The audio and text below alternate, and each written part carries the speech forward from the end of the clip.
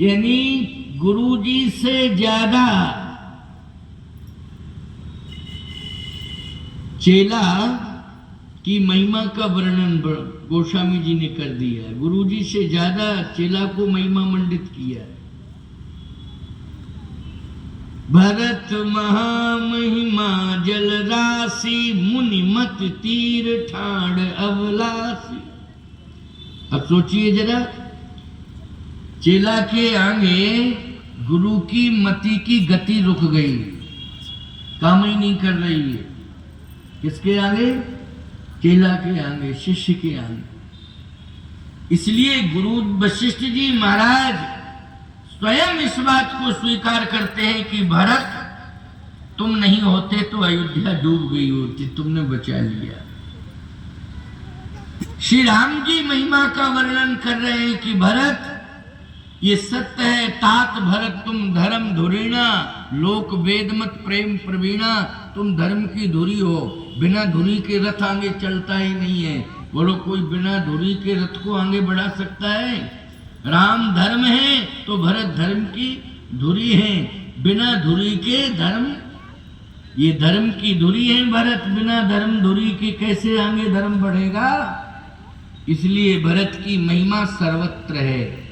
जहां जहां भी, चाहे गुरु वशिष्ठ जी आगे खड़े हो, चाहे राम जी आगे खड़े हो, भरत जी का पलड़ा तो भारी हो रहा है। परंतु लक्ष्मण जी इस बात को कह रहे हैं तो क्यों कह रहे हैं? ये गुरु पितुमात न जानो का।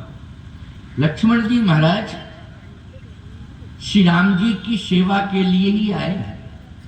जब क्षीर सागर में नारायण निवास कर रहे थे तो उस समय शेष बन करके छाया किए हुए हैं। क्यों शेष बन के छाया किए हुए हैं? और जब ब्रह्मांड की रचना हो रही थी तो आखिर इस सृष्टि को कहां स्थापित किया जाए? बोले धरती पर। तो धरती का आधार कौन बनेगा?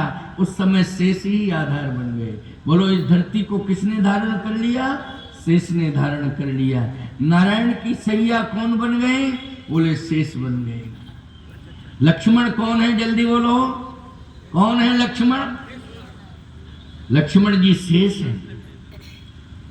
जो सहस शीस अहीस महिधर लखन सचराचर धनी। लक्ष्मण शेष है।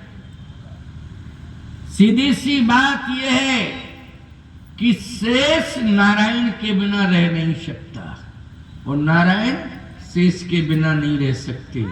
दूसरे भाव में देखा जाए तो राम जी मणि है रघुकुल की और लक्ष्मण जी फणी है।